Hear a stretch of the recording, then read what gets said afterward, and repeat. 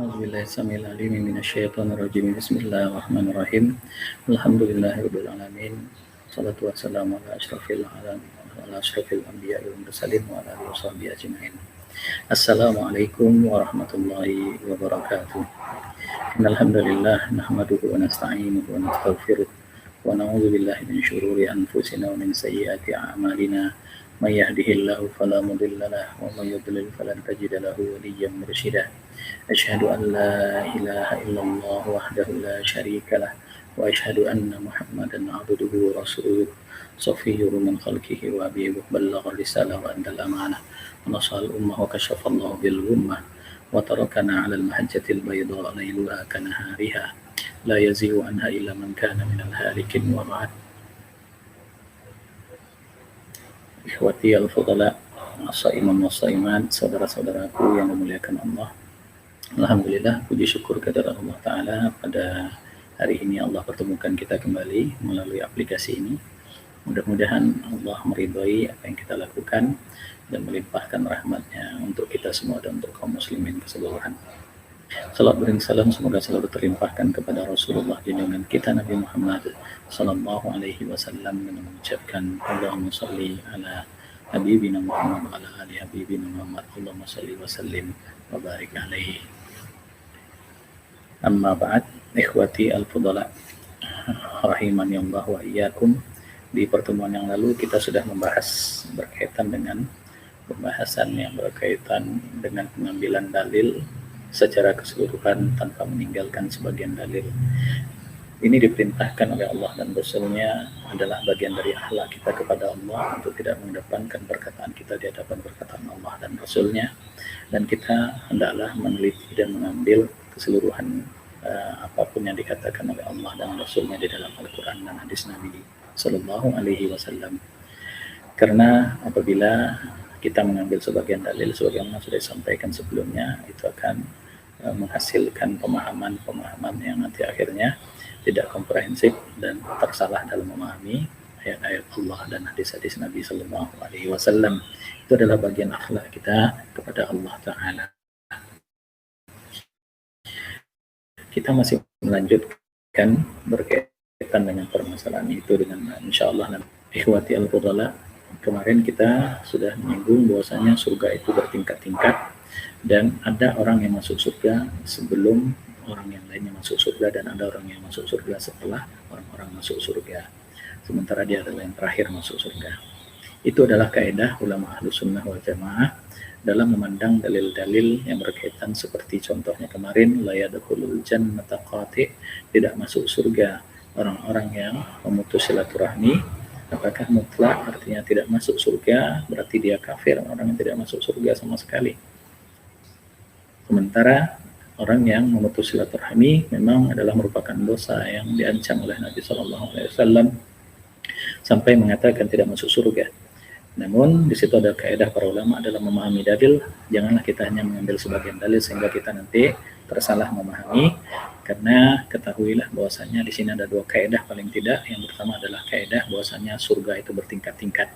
Ada surga orang yang menjalin silaturahmi, yang itu yang tidak dimasuki oleh orang-orang yang memutus silaturahmi, walaupun bisa saja nanti mereka masuknya juga adalah bersama orang-orang yang terakhir masuk surga, karena mereka harus mengalami siksaan dulu di api neraka. Waliyadzubillah, mudah-mudahan Allah merahmati kita dan menjauhkan kita dari siksa kubur dan siksa neraka. Di sini ada dalil-dalil dari Al-Quran dan Sunnah bahwasanya surga itu bertingkat-tingkat. Faulaika lahumud darajatul ula, bagaimana disebutkan dalam surat Thaha ayat 75, wa may ya'tihi mu'minan qad amilas shalihat faulaika lahumud darajatul ula. Siapa yang beriman dan melakukan amal saleh, maka baginya adalah darajatul ula, derajat yang paling tinggi di jannah. Kemudian ada as-sabiqun as-sabiqun dalam surah Al-Waqiah ayat 10. Allah Ta'ala juga menyebutkan ada orang yang awal-awal masuk surga, as-sabiqun as-sabiqun ulaikal muqarrabun, mereka adalah orang-orang yang didekatkan dengan Allah Ta'ala. Amma in kana minal muqarrabin dalam surah Al-Waqiah ayat 88, fa ma in kana minal muqarrabin farauhu wa raihan wa jannatu na'im. Baginya orang-orang yang muqarrabin, orang-orang yang didekatkan dengan Allah Ta'ala, berbeda nanti surganya dan pahalanya, nikmat yang Allah berikan dengan orang-orang yang termasuk ashabul yamin, walaupun dia adalah ashabul yamin. Di sini disebutkan dalam ayat ini, farauhu wa raihan wa jannatu na'im, maka baginya ada rauh, ada raihan, ada jannatu na'im, surga yang penuh dengan nikmat. Wa amma in kana min ashabil yamin, Allah bedakan di sini, adapun orang-orang yang termasuk ashabul yamin, fasalamun laka min ashabil yamin, maka keselamatanlah atasmu hai ashabul yamin. Namun Allah bedakan antara muqarrabin dengan ashabul yamin. Juga disabdakan oleh Nabi sallallahu alaihi wasallam, man amana billahi wa bi rasulihi wa aqama sholata wa shoma ramadan kana haqqan 'ala Allah yudkhilahul jannah. Siapa yang beriman kepada Allah, beriman kepada Rasulnya, mendirikan salat puasa Ramadan, maka adalah hak Allah untuk masukkan dia baginya ke surga. Pasti Allah akan memasukkan dia ke surga. Jahada fi sabilillah au jalasa fi ardillati wulida fiha. Baik dia berangkat berjihad ke jalan Allah, di jalan Allah, ataupun dia duduk-duduk saja di bumi yang tempat dia dilahirkan. Artinya tidak berangkat jihad. Semuanya masuk surga, kata Nabi SAW. Berangkat jihad, tidak berangkat jihad, selagi dia beriman kepada Allah, Rasulnya, mendirikan salat, kemudian berpuasa Ramadan, Allah masukkan dia ke surga. Jahada fi sabilillah wa jalasa fi ardillati wulida fiha. Faqalu, maka para sahabat bertanya kepada Rasulullah, ya Rasulullah, afala nubasyirin nas? Wahai Rasulullah, apakah tidak kami sampaikan berita gembira ini kepada manusia, kepada kawan-kawan kami? Maka Nabi SAW melanjutkan sabdanya, inna fil jannati mi'ata darajat, sesungguhnya surga itu ada 100 derajat, derajat itu ke atas. Inna fil jannati mi'ata darajat, ada 100 derajat. A'addallahu lil mujahidina fi sabilillah ma baina sama'i wal ard, ma baina darajataini kama baina sama'i wal ard. Allah mempersiapkan surga bagi orang-orang yang berangkat jihad di jalan Allah itu adalah bagaikan 2 derajat. Dan 2 derajat itu diibaratkan bagaikan antara langit dan bumi perbedaannya. Maka beda antara orang yang berangkat jihad surganya dengan orang yang tidak berangkat jihad, walaupun sama-sama dia beriman kepada Allah, beriman kepada Rasul, kemudian mendirikan salat dan berpuasa di bulan Ramadan. Maka Nabi SAW juga melanjutkan, فَإِذَا سَأَلْتُمُ اللَّهَ فَاسْأَلُوا الْفِرْدَوْسَ فَإِنَّهُ أَوْسَطُ الْجَنَّةِ وَأَعْلَى الْجَنَّةِ. Kalaulah kalian memohon kepada Allah, hendaklah mohon surga Firdaus, karena surga Firdaus itu adalah surga yang paling tinggi dan paling baik. Arahu qala, aku melihat beliau mengatakan, fauqahu wa fauqahu arsyur rahman, di atas surga Firdaus itu adalah arsy Allah Ta'ala, wa minhu tafajjaru anhul jannah, dan darinya lah mengalir sungai-sungai di surga. Ini diriwayatkan oleh Imam Bukhari dari hadis Abu Hurairah marfu' pada Nabi SAW. Ini menunjukkan bahwasanya surga itu berderajat, bertingkat-tingkat. Ini juga disabdakan oleh Nabi SAW, inna ahlal jannah la yarawna man fawqahum kama tarawna al-kawkab ad-durri fi ufuqis sama. Sungguhnya ahli surga itu melihat orang yang di atas mereka lagi. Terus bagaimana kita melihat bintang di langit. Dan Abu Bakar dan Umar termasuk orang yang paling tinggi itu. Jadi penduduk surga saja masih melihat orang yang derajat lebih tinggi dari mereka. Dan Abu Bakar dan Umar, kata Nabi SAW, termasuk yang mendapatkan nikmat ketinggian jannah tadi. Ini diriwayatkan oleh Imam Ahmad dari hadis Abi Sa'id dengan sanad yang hasan dengan syawahidnya. Kemudian selain surga bertingkat-tingkat, neraka juga bertingkat-tingkat. Surga berderajat, neraka juga berdarokat. Kemarin kita sudah singgung bahwasanya ini firman Allah Ta'ala dalam surah An-Nisa ayat 145, innal munafiqina fid darkil asfali minan nar. Sesungguhnya orang munafik itu di tempatnya paling bawah neraka. Kemudian dalam surat Ghafir ayat 46, Allah Ta'ala berfirman, wa yawma taqumu sa'ah adkhilu ala fir'auna asyaddal adzab.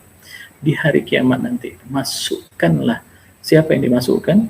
Keluarga Firaun, pengikut Firaun, asyaddal adzab, dengan azab yang seberat-beratnya. Karena Fir'aun ini adalah orang yang mengaku Tuhan. Ini sangat berbahaya dan sangat besar dosanya, dan orang-orang yang mengakui ketuhanan Fir'aun adalah orang-orang yang mendapatkan ancaman ini, sebagaimana yang difirmankan Allah tadi dalam surat Ghafir ayat 46. Kemudian dalam surah Al-Maidah ayat 115 Allah Ta'ala juga menyebutkan tentang Ashabul Maidah. Ashabul Maidah yang minta diturunkan hidangan dari langit. Maka Allah Ta'ala menegaskan faman yakfur ba'du minkum fa inni u'adzibuhu 'adzaban la u'adzibuhu ahadan minal 'alamin. Siapa yang kufur nanti setelah Allah turunkan Maidah itu, Allah turunkan buktinya, maka siapa yang kufur setelahnya di antara kalian, sesungguhnya aku akan mengazabnya dengan azab yang tak pernah aku azab seorang pun di muka bumi ini, di alam semesta ini. Berarti azab pun bertingkat-tingkat. Ini juga sebagaimana perkataan Abbas bin Abdul Muthalib kepada Rasulullah SAW bertanya tentang keadaan Abu Talib. Ya Rasulullah, hal nafa'at Abu Talib bisyai'in? Apakah ada manfaat dari apa yang dilakukan Abu Talib ya Rasulullah?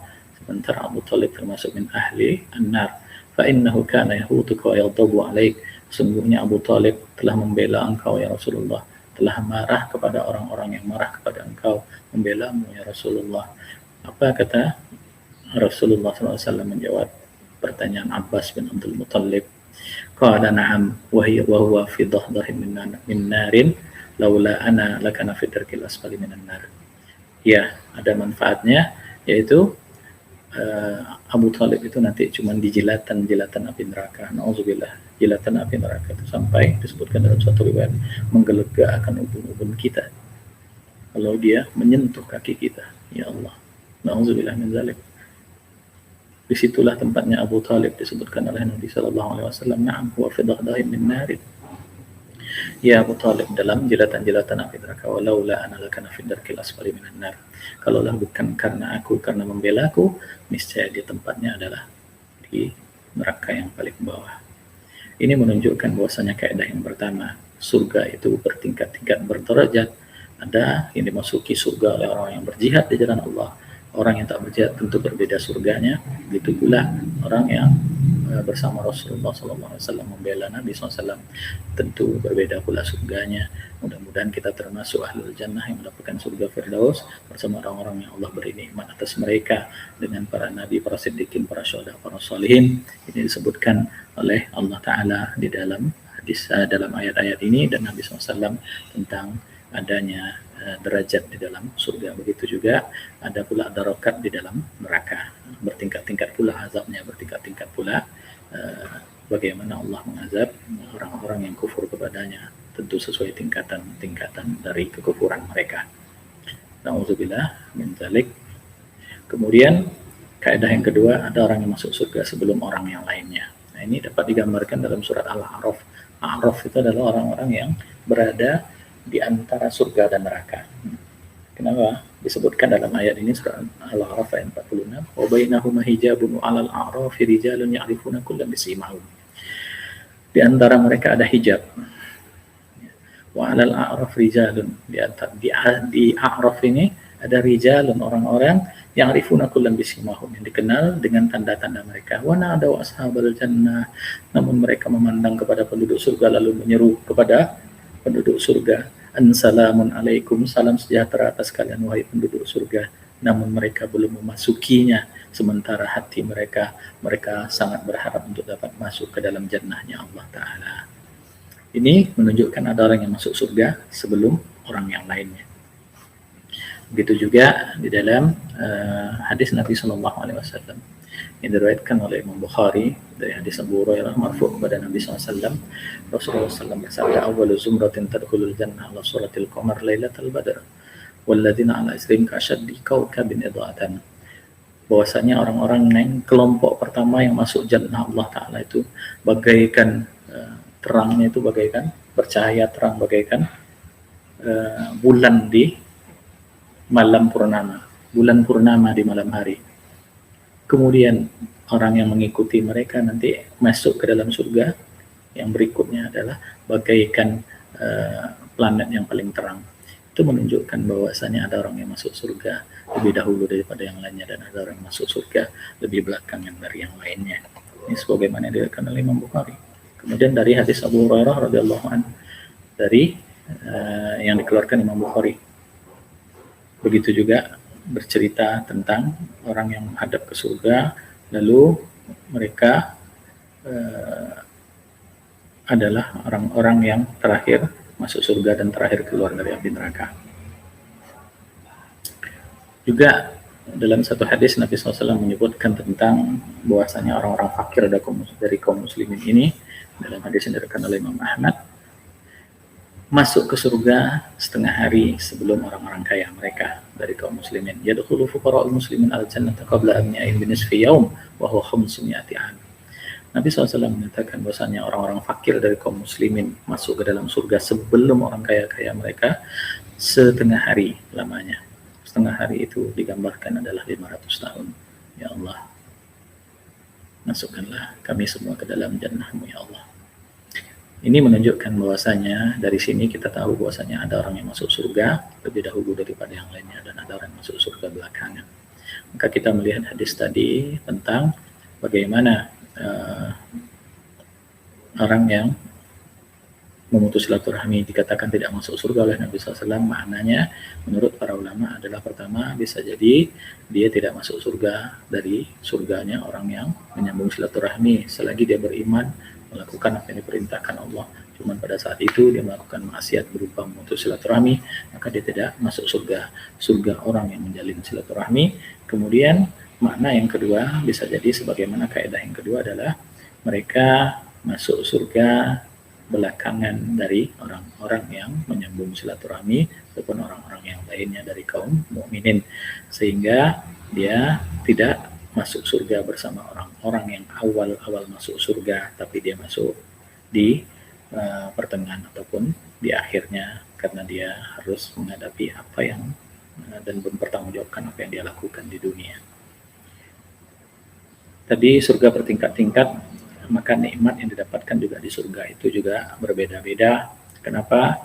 Karena orang yang pernah melakukan maksiat, meminum khamr di dunia, maka disebutkan di dalam satu hadis bahwasanya siapa yang meminum khamr di dunia maka dia diharamkan di akhirat. Ini adalah hadis yang diriwayatkan oleh Imam Muslim dari Ibnu Umar. Man syaribal khamra fid dunya lam yashrabuha fil akhirah illa yatub.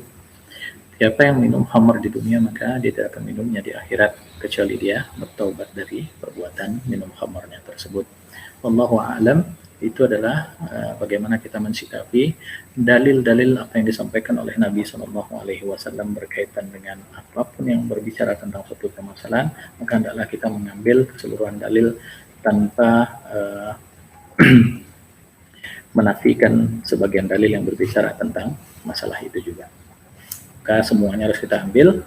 Itu adalah contoh tadi satu, bahwasanya orang yang memutus silaturahmi la yadkhulul jannata qati', tidak masuk surga. Orang yang memutus silaturahmi tadi sudah dijawab, bahwasanya di situ para ulama menjelaskan sebagaimana disampaikan oleh Syekh Mustafa Al-Adawi di dalam kitab Mafatihul Fiqh fid Din, kunci-kunci memahami agama.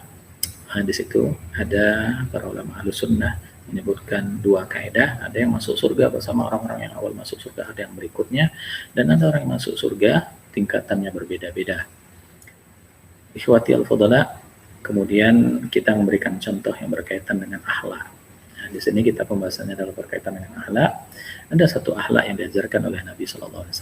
Kita di sini masih berkaitan dengan mengambil dalil secara keseluruhan tanpa mengesampingkan sebagian dalil yang berbicara tentang permasalahan itu juga. Ini yang kita bicarakan adalah masalah malu adalah bagian dari iman.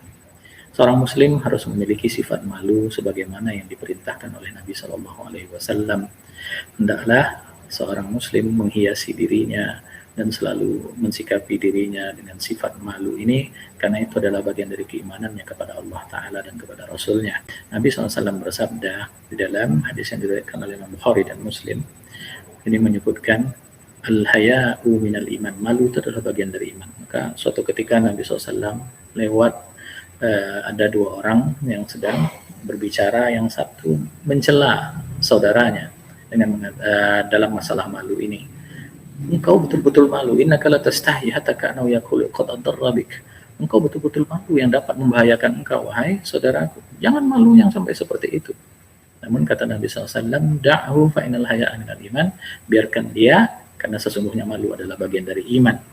Dalam hal ini, sahabat yang mencela itu ditegur oleh Nabi SAW. Justru dia harus memiliki sikap malu. Dan malu adalah bagian dari iman. Dan dalam sabda Nabi SAW dalam hadis Bukhari dan Muslim dari Imran bin Husain juga disebutkan al-haya'u la ya'ti illa bi khair, bahwasanya malu itu tidak mendatangkan kecuali kebaikan. Maka dalil-dalil ini menyebutkan tentang sifat malu, dan malu itu diperintahkan. Seorang muslim harus berhias diri dengan sikap malu ini. Maka kalau kita lihat dalil ini menunjukkan semuanya sama. Di sini Nabi SAW saja sampai disebutkan kana asyaddun nasi haya'an minal azra fi hidriha. Nabi SAW mempunyai sifat yang sangat pemalu. Nabi SAW juga menyebutkan tentang apa yang disampaikan oleh para nabi sebelumnya. Inna mimma adrakan nas min kalamin nubuwatil ula idza lam tastahi fasna ma syi'ta. Sungguhnya apa yang didapat dari perkataan para nabi terdahulu, apa yang didapat dari perkataan para nabi terdahulu, kalau engkau tak punya malu, maka buat sesuka hati. Ini menunjukkan bahwasanya sikap malu adalah ajaran para nabi sebelumnya juga, dan ajaran dari Nabi SAW, Nabi Muhammad SAW. Semua yang diajarkan kepada umatnya, hendaklah seorang muslim memiliki sifat malu, dan jangan sampai dia tidak mempunyai malu, bahkan harus memiliki sifat malu dan sangat-sangat pemalu. Dan Nabi SAW memuji Utsman bin Affan karena sikap malunya dan sifat malunya. Nabi SAW memuji beliau. Hal ini juga disampaikan sebagaimana dari hadis Aisyah radhiyallahu anha dari Imam Muslim diriwayatkan bahwasanya Nabi SAW berkata tentang keadaan Utsman bin Affan. Nah, ini ada peristiwanya ini. Peristiwanya suatu ketika Nabi SAW duduk bersama Abu Bakar, bersama Umar, ya, betis beliau tersingkap. Namun dibiarkan saja karena waktu itu ada Abu Bakar, ada Abu Bakar dan Umar radhiyallahu anhuma. Nabi masih membiarkan betis beliau tersingkap. Nah, waktu itu masuklah Utsman bin Affan. Utsman bin Affan masuk ke sana menghadiri bersama Rasulullah dan Abu Bakar dan Umar. Maka Rasulullah menutup betis beliau dengan pakaiannya. Lalu ditanyakan kepada beliau sallallahu alaihi wasallam, "Kenapa engkau menutup itu ya Rasulullah? Sementara kami dari tadi ada di sini, engkau tidak menutup betismu." Apa kata Nabi sallallahu alaihi wasallam? Berkata tentang keadaan Utsman. "Alla astahi min rajulin tastahi minhul malaikah." Apakah aku tidak malu terhadap seorang laki-laki yang para malaikat pun malu terhadapnya? Ya Allah, Utsman bin Affan dimuliakan dan dipuji oleh Rasulullah SAW. Bahkan para malaikat pun memujinya, dan malaikat pun malu terhadapnya karena sifat malu yang dimilikinya. Ya Allah, wa ma'ahsanu min rida, wa ma'ahsanahu min rida. Sungguh itu adalah pakaian yang paling bagus yang dipakai oleh seorang muslim, yaitu sifat malu. Ikhwati al-fudhala, saudara-saudaraku, ini dalil semuanya menunjukkan tentang sifat malu. Namun ada beberapa hal yang perlu kita perhatikan. Ketika kita harus memiliki sifat malu, itu jangan sampai mengharamkan kita dari menuntut ilmu. Jangan sampai melarang kita dan menghalangi kita dari mendapatkan ilmu agama yang itu merupakan kewajiban kita menuntutnya. Kadang ada orang-orang yang berlebihan karena sifat malunya dia tidak mau bertanya kepada yang ahlinya, karena sifat malunya dia menutup dirinya dari orang lain dan seterusnya. Maka sampai para salafus saleh rahimahumullah menyebutkan la yanalul ilmu mustahin wala mustakbir, tidak akan menerima ilmu dan tidak akan mendapatkan ilmu orang yang pemalu, kata para salaf. Dan juga yang kedua, orang yang sombong. Orang sombong dia menolak kebenaran dan meremehkan manusia, maka dia tak menerima ilmu. Namun orang yang pemalu, yang berlebihan kelewatan malunya, tidak pada tempatnya, juga tidak akan mendapatkan ilmu sebagaimana yang disampaikan oleh para salaf, dan ini dinukil dari kitab Fathul Bari dan juga oleh Imam Bukhari disampaikan. Maka kita lihat kenapa kok sampai para salaf menyebutkan seperti itu? Karena ternyata ada contoh dari para sahabat, sementara mereka memiliki sifat malu, sementara mereka adalah orang yang berusaha berakhlak dengan apa yang diajarkan oleh Nabi Sallallahu Alaihi Wasallam. Namun dalam menuntut ilmu, mereka tetap bertanya kepada Nabi Sallallahu Alaihi Wasallam, baik sahabat laki-laki maupun sahabat perempuan. Mereka bertanya tentang perkara agamanya, walaupun perkara itu sensitif untuk dibahas. Kadang-kadang kita menganggapnya sensitif, namun hal tersebut adalah berkaitan dengan perkara agama yang wajib diketahui oleh seorang muslim. Maka para sahabat dan sahabiat ini bertanya kepada Nabi Sallallahu Alaihi Wasallam tentang perkara itu. Ini sebagaimana yang diriwayatkan oleh Imam Bukhari dan Muslim dari Ummu Salamah radhiyallahu anha. Annaha qalat ja'at Ummu Sulaim imra'ata Abi Talha ila Rasulillah sallallahu alaihi wasallam faqalat. Suatu ketika datanglah Ummu Sulaim, istrinya Abu Talha, kepada Rasulullah SAW. Faqalat, ya Rasulullah, inna Allah la yastahi minal haq. Wahai Rasulullah, sesungguhnya Allah tidak malu dari kebenaran. Maka beliau bertanya, Ummu Sulaim ini bertanya kepada Rasulullah SAW, ya Rasulullah, inna Allah la yastahi minal haq, hal alal mar'ati min ghuslin idha hiya ihtalamat. Apa yang ditanyakan oleh Ummu Sulaim? Ummu Sulaim bertanya kepada Nabi Sallallahu Alaihi Wasallam, sungguhnya Allah tak malu dari kebenaran, dari al-haq. Maka apakah bagi seorang wanita dia wajib mandi ketika dia bermimpi? Nah, yang dimaksud di sini adalah mimpi indah sebagaimana mimpinya laki-laki.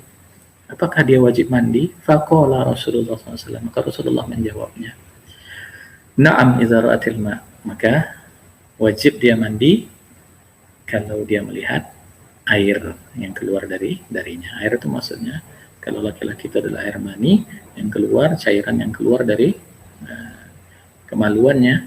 Maka di sini kalau seorang bermimpi indah lalu keluar cairan itu dan nampak bekasnya, maka dia wajib mandi. Begitu juga wanita, kedudukannya sebagaimana laki-laki.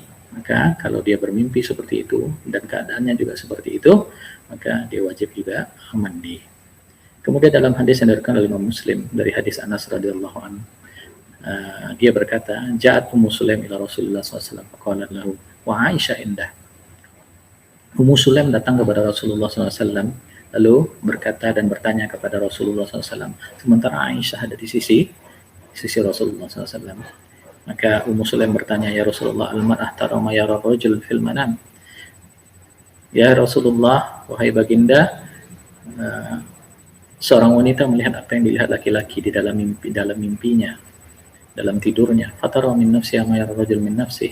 Maka dia juga melihat apa yang keluar dari dirinya sebagaimana laki-laki melihat apa yang keluar dari dirinya akibat mimpi tersebut. Faqalat Aisyah, maka Aisyah yang berada di sisi Nabi Sallallahu Alaihi Wasallam menegur Ummu Sulaim, wahai Ummu Sulaim, engkau termasuk orang yang mempermalukan wanita dengan pertanyaanmu ini. Maka Nabi Sallallahu Alaihi Wasallam justru menegur Aisyah, bal anti fatribat yaminuk, justru engkau wahai Aisyah dalam hal ini engkau tak boleh malu untuk bertanya tentang perkara agamamu. Maka Nabi SAW menjawab, Ummu Sulaim, na'am faltaghtasil ya Ummu Sulaim idza ra'at dzak. Jadi hendaklah engkau mandi, hendaklah seorang wanita itu mandi wahai Ummu Sulaim apabila wanita itu melihat sebagaimana apa yang dilihat oleh laki-laki dan berakibat sebagaimana yang diakibatkan dari mimpinya itu sebagaimana laki-laki.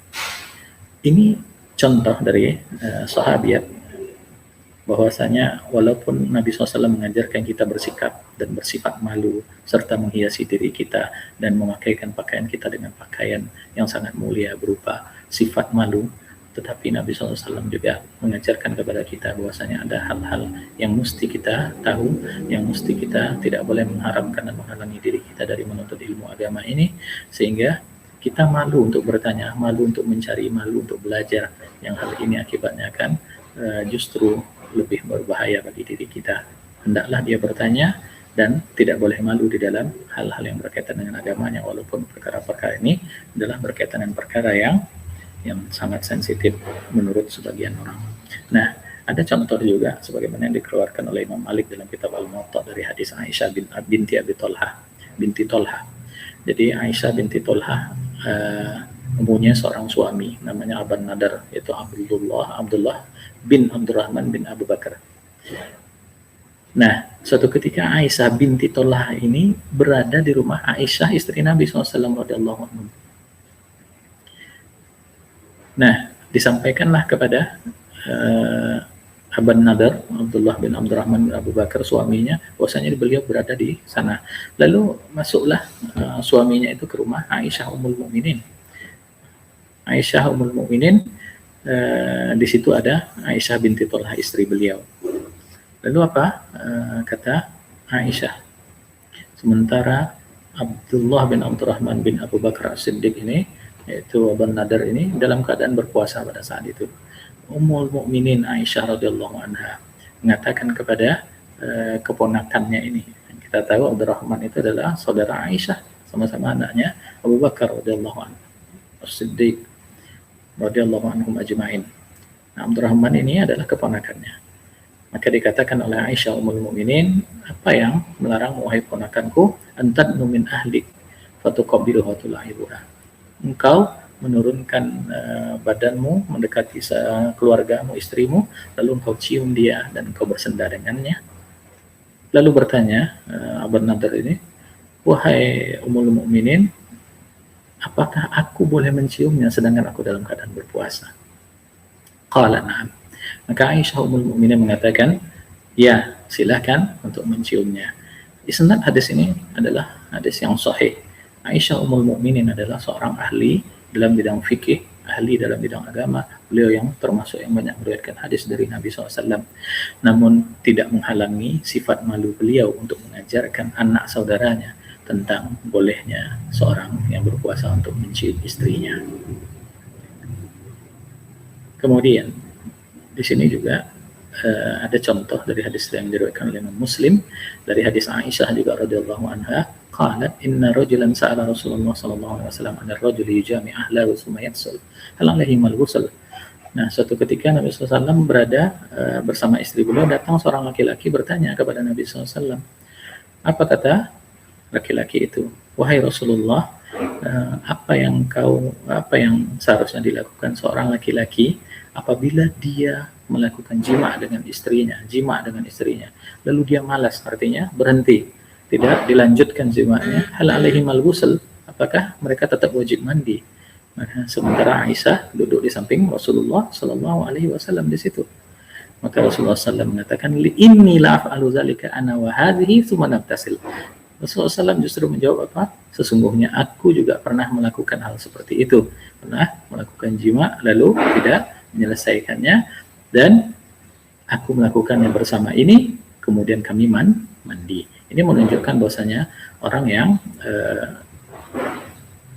bertanya ini tidak dengan sikap malunya, dan Nabi SAW dengan sifat malunya tetap menjelaskan dan tetap bertanya orang ini kepada Nabi SAW tentang perkara apa yang perlu dia ketahui dari urusan agamanya. Jelas di sini Nabi SAW juga menjawabnya dengan mengatakan bahwasanya tidak perlu dengan tidak membatasi orang tersebut. Malulah, ini ada Aisyah misalnya begitu, tidak. Tetapi justru Rasulullah SAW menyebutkan aku dan ini bersama Aisyah pernah melakukannya, dan itu juga berkaitan dengan perkara agama yang harus diketahui, yaitu wajibnya mandi. Sebagaimana dalam riwayat Imam Muslim dan yang lainnya diriwayatkan dari Aisyah, dari Abu Musa, tentang kedudukan orang yang